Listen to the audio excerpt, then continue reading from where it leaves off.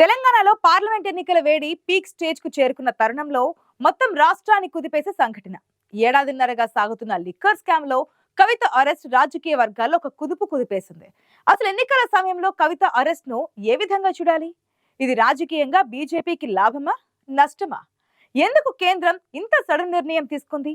తెర వెనుక ఏం జరిగింది?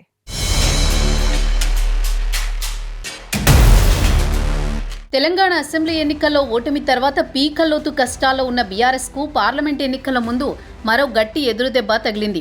బీఆర్ఎస్ ఎమ్మెల్సీ అధినేత కేసీఆర్ కుమార్తె కల్వకుంట్ల కవితను ఈడీ అధికారులు అరెస్ట్ చేయడం రాజకీయాల్ని ఓ కుదుపు కుదిపేసింది.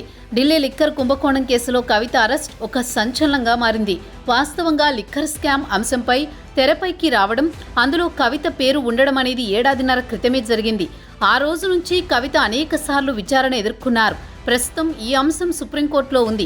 ఇటీవల ఈ కేసులో ఎలాంటి చర్యలు తీసుకోబోమని సుప్రీంకోర్టులో ఈడీనే స్వయంగా చెప్పింది. కానీ హఠాత్తుగా శుక్రవారం కవితను అరెస్ట్ చేయడంపై బీఆర్ఎస్ నేతలు షాక్కి గురయ్యారు. ఇదంతా బీజేపీ ఆడిస్తున్న నాటకమంటూ ఆ పార్టీ నేతలంతా ఫైర్ అవుతున్నారు. అసలు కవిత అరెస్టు వెనుక ఉన్న రాజకీయ కోణమేంటి? సరిగ్గా ఎన్నికల ముందు కవితను అరెస్ట్ చేస్తే ఎవరికి లాభమన్నది ఇప్పుడు చర్చనీయాంశంగా మారింది.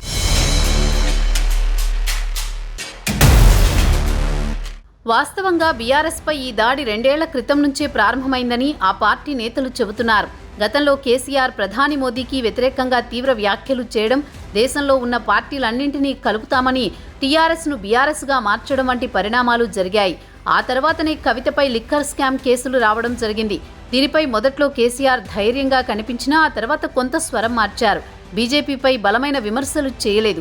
ఇలాంటి పరిస్థితుల్లో జరిగిన అసెంబ్లీ ఎన్నికల్లో బీఆర్ఎస్కు గట్టి ఎదురుదెబ్బ తగిలింది. బీజేపీకి ఊహించనన్ని స్థానాలు రాకపోయినా గతం కంటే మెరుగ్గానే వచ్చినట్టు భావించారు. అయితే బీఆర్ఎస్ను మొదటి నుంచి బీజేపీ టార్గెట్ చేస్తుందన్న ఆరోపణలో నిజం లేకపోలేదు.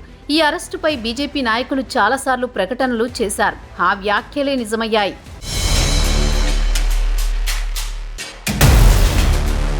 సరిగ్గా ఎన్నికల స్కెడ్యూల్ వచ్చేందుకు ఒకరోజు ముందు కవితను అరెస్ట్ చేశారు. అది కూడా శుక్రవారం సాయంత్రం అరెస్ట్ చేశారు.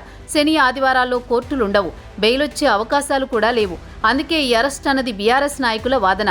అయితే సరిగ్గా ఎన్నికల సమయంలో అరెస్ట్ బీజేపీకి కలిసొస్తుందా అనేది ఇప్పుడు అసలు ప్రశ్న.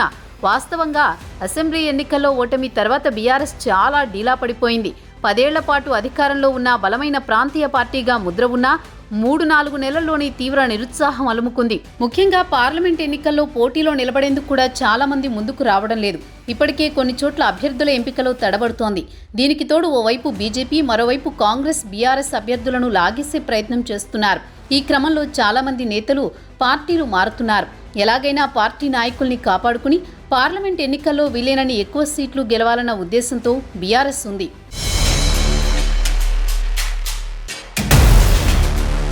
ఇలాంటి పరిస్థితుల్లో కవిత అరెస్ట్ ఆ పార్టీకి పెద్ద దెబ్బ అని వాదించేవారు ఉన్నారు. ఈ అరెస్టుతో బీఆర్ఎస్ నాయకుల ఆత్మస్థైర్యం దెబ్బతింటుందనేది మరికొందరి అభిప్రాయం. అధికారం ఉన్నప్పుడు ఒక లెక్క, లేనప్పుడు మరో లెక్క. అసలే అధికారం పోయి డీలాపడ్డ పార్టీకి అరెస్టులు కూడా తోడు కావడంతో నాయకుల్లో భయం కనిపిస్తోంది. మరోవైపు బీజేపీ రాష్ట్ర నాయకులు బీఆర్ఎస్పై ఏదో విధంగా ప్రెజర్ తీసుకుని రావాలని కేంద్ర పెద్దలతో చాలాసార్లు చెప్పారట. కానీ అసెంబ్లీ ఎన్నికల ముందు ఎలాంటి స్టెప్ తీసుకున్నా అది సానుభూతిగా మారే అవకాశం ఉందన్న అభిప్రాయం బీజేపీ పెద్దల నుంచి వ్యక్తమైంది. పైగా కేసీఆర్ సెంటిమెంట్ను ఎలా వాడుతారో అందరికీ తెలిసిన విషయమే. కానీ లోకల్ నాయకులు మాత్రం అప్పుడే ఇది జరిగి ఉంటే మనకు బాగా కలిసొచ్చేదన్న అభిప్రాయాన్ని వ్యక్తపరిచారట. అందుకే అలాంటి పరిస్థితి పార్లమెంట్ ఎన్నికల్లో రాకూడదని చెప్పడంతోనే ఇప్పుడు అరెస్ట్ చేయించారనే చర్చ పొలిటికల్ సర్కిళ్లలో ఉంది. అది కూడా పక్కా ప్లాన్తో శుక్రవారం అరెస్ట్ చేయడం, అందున మోదీ ఎన్నికల ప్రచారానికి వచ్చిన సమయంలో అరెస్టును రాజకీయంగానే చూడాలన్నది మరో చర్చ.